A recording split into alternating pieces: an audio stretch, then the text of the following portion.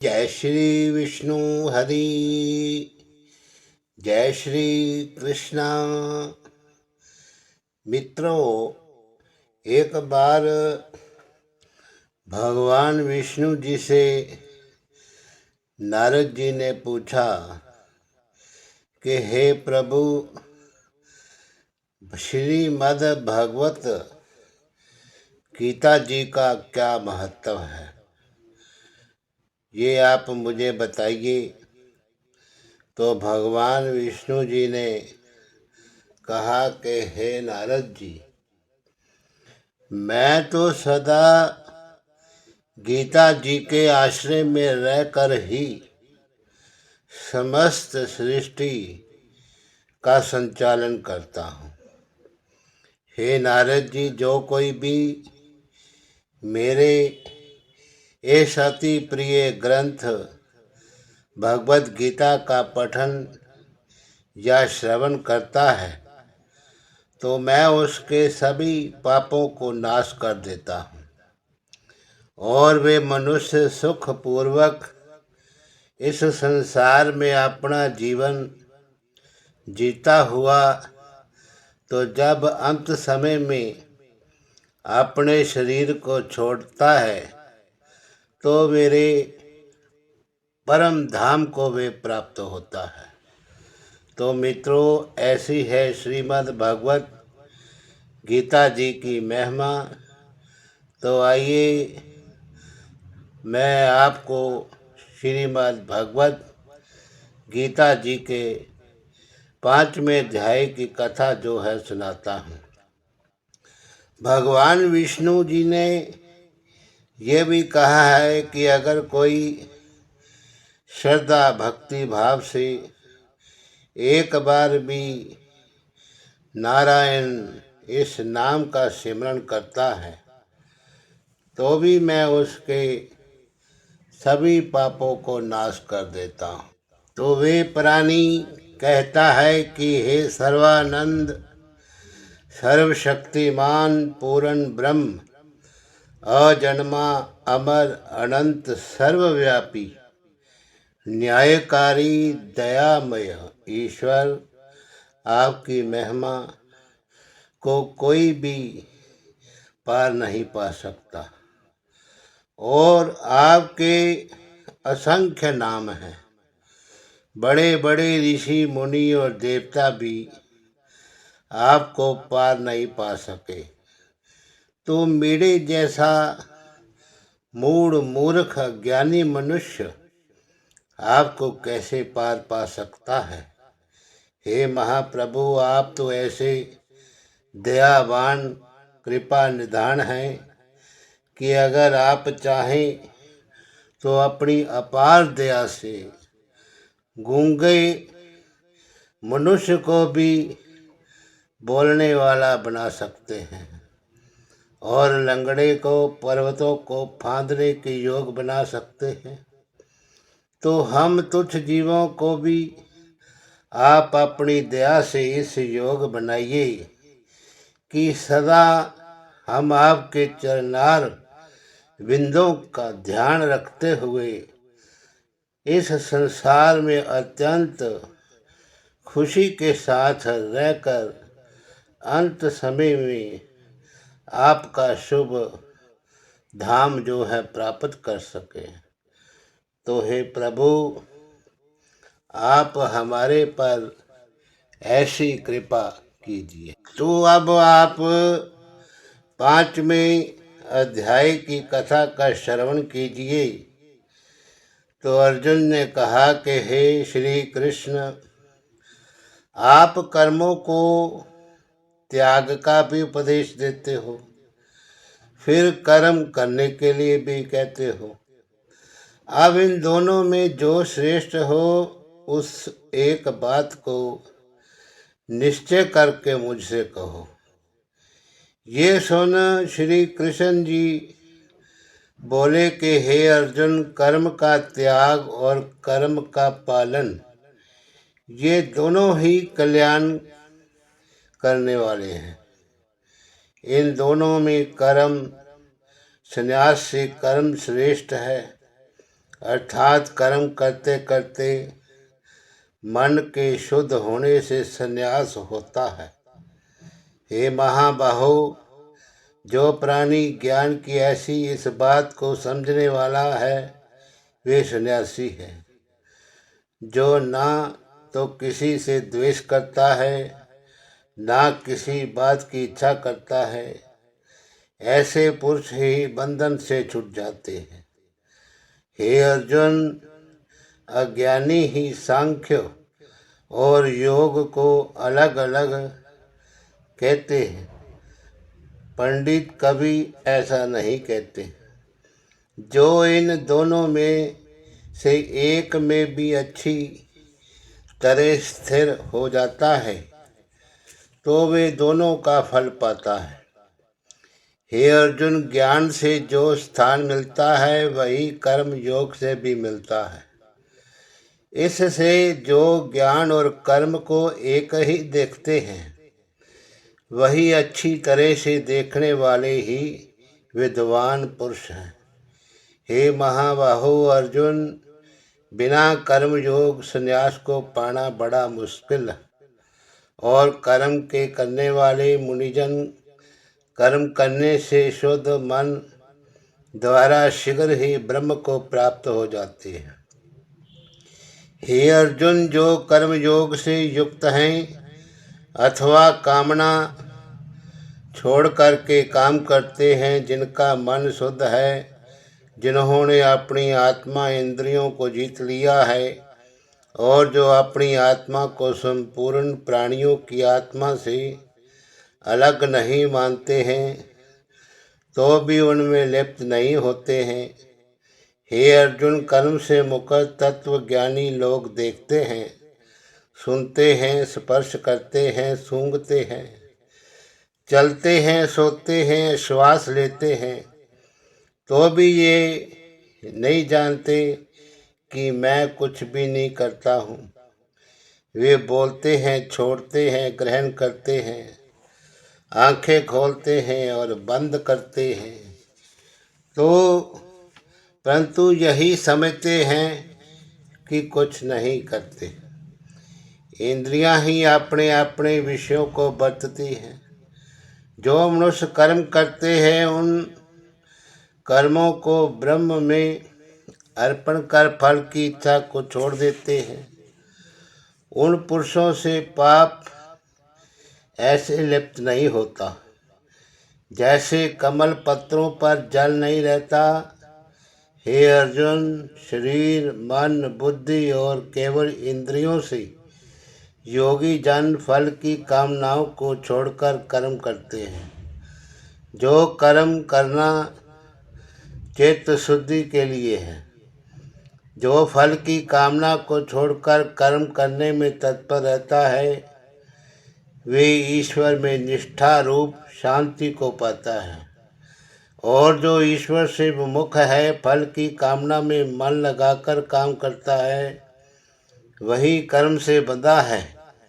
जो जितेंद्रिय पुरुष इन 9 इंद्रियों से युक्त शरीर में मन से संपूर्ण काम को त्याग कर सुख पूर्वक रहते हैं, वे अहंकार के ना होने से स्वयं कोई काम नहीं करते हैं और ममता के अभाव से भी किसी से और कुछ नहीं कराते हैं।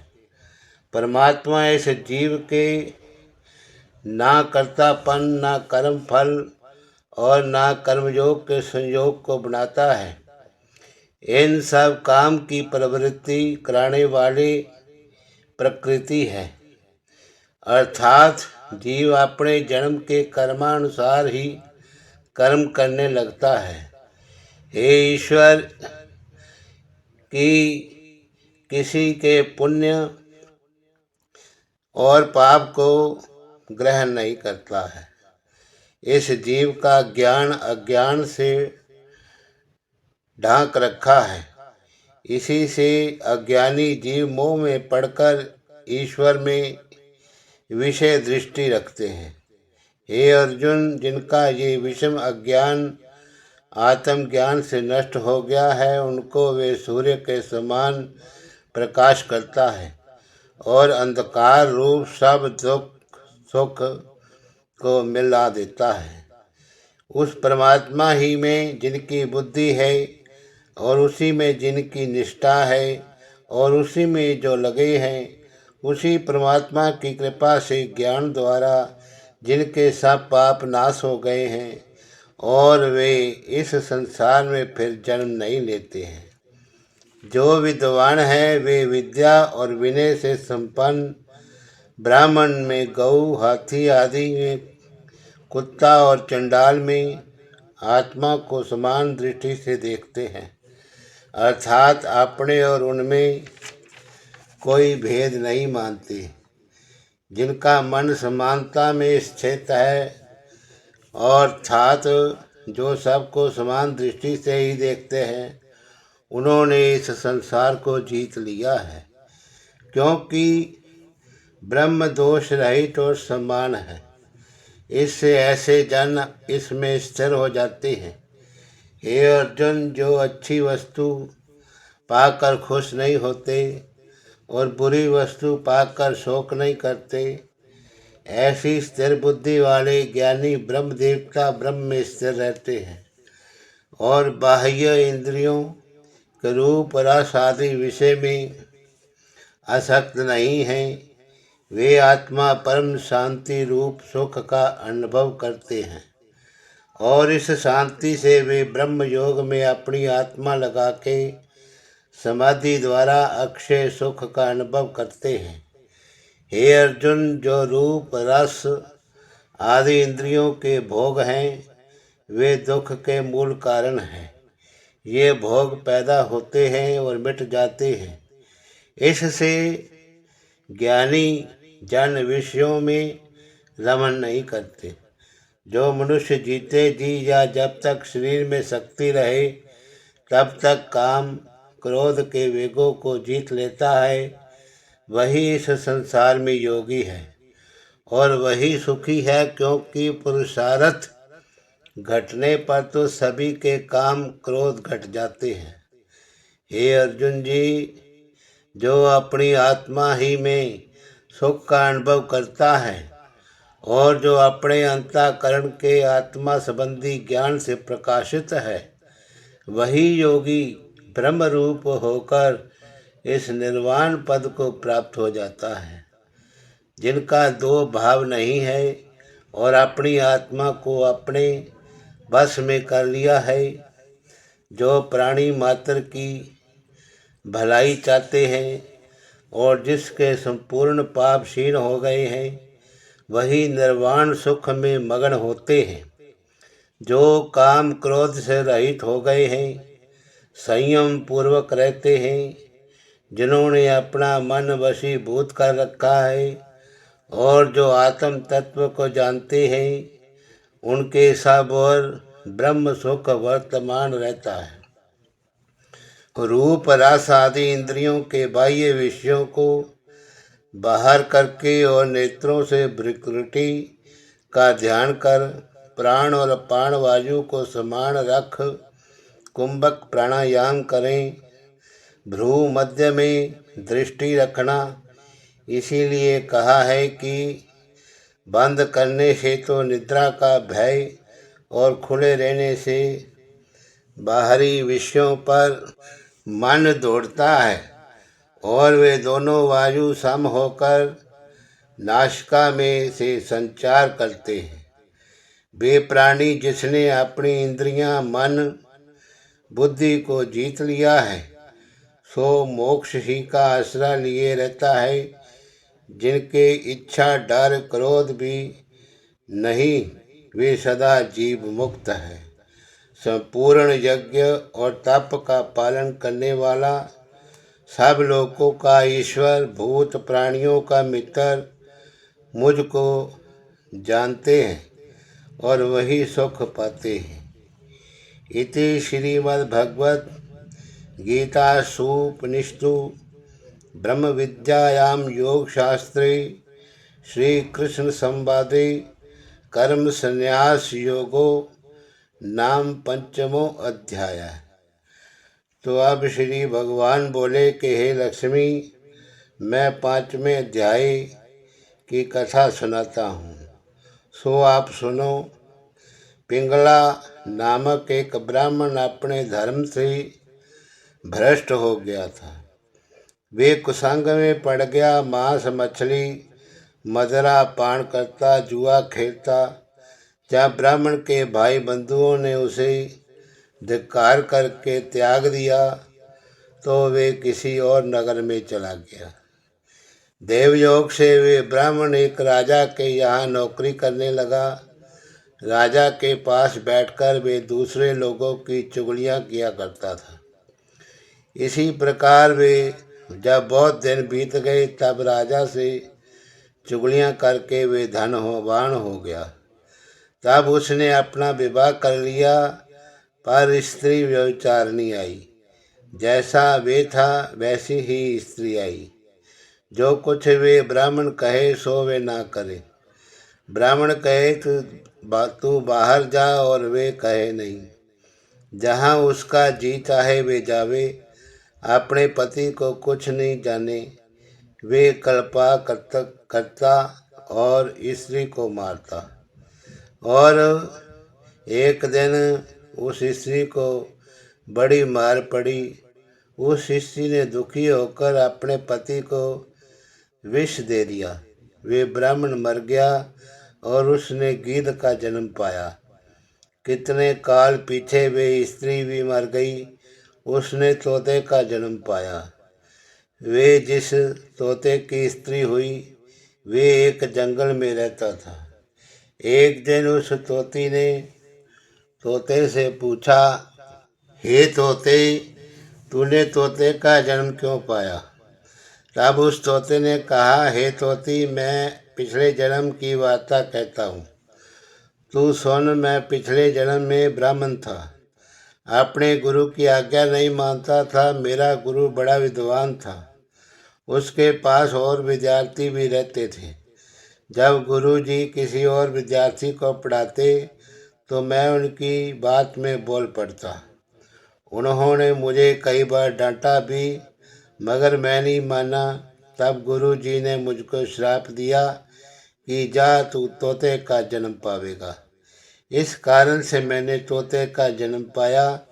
तो अब तुम कहो, किस कारण से तुम तोती हुई? उसने कहा कि मैं पिछले जन्म में ब्राह्मणी थी। जब ब्याही गई तब भर्ता की आज्ञा नहीं मानती थी। भर्ता ने मुझे मारा। एक दिन मैंने अपने भर्ता को विष दे दिया और वे मर गया। जब मेरी देह छूटी तब बड़े नरक में मुझे गिराया। कई नरक भोगकर अब मुझे तोती का जन्म मिला। ये सुनकर तोते ने कहा, तू बहुत बुरी है, जिसने अपने भर्ता को ही विष दे दिया। तोती ने कहा, नरकों के दुख भी मैंने सहे हैं। अब तो मैं तुझे भर्ता जानती हूँ। एक दिन वे तोती वन में बैठी थी। तभी वे गिद्ध आया। तोती को उस गिद्ध ने पहचाना और ये तो वही मेरी भार्या है जिसने मुझे विष दिया था। वे गिद्ध तोती को मारने चला। आगे तोती, पीछे गिद्ध। जाते जाते तोती थककर एक शमशान भूमि में गिर पड़ी। वहाँ एक साधु को दाग दिया गया था। उस साधु की खोपड़ी वर्षा के जल के साथ भरी हुई थी। तोती उसमें गिरी। इतने में गिद्ध आया और उस तोती को मारने लगा। उस खोपड़ी के जल के साथ उनकी देह धोई गई। वे आपस में लड़ते लड़ते मर गए।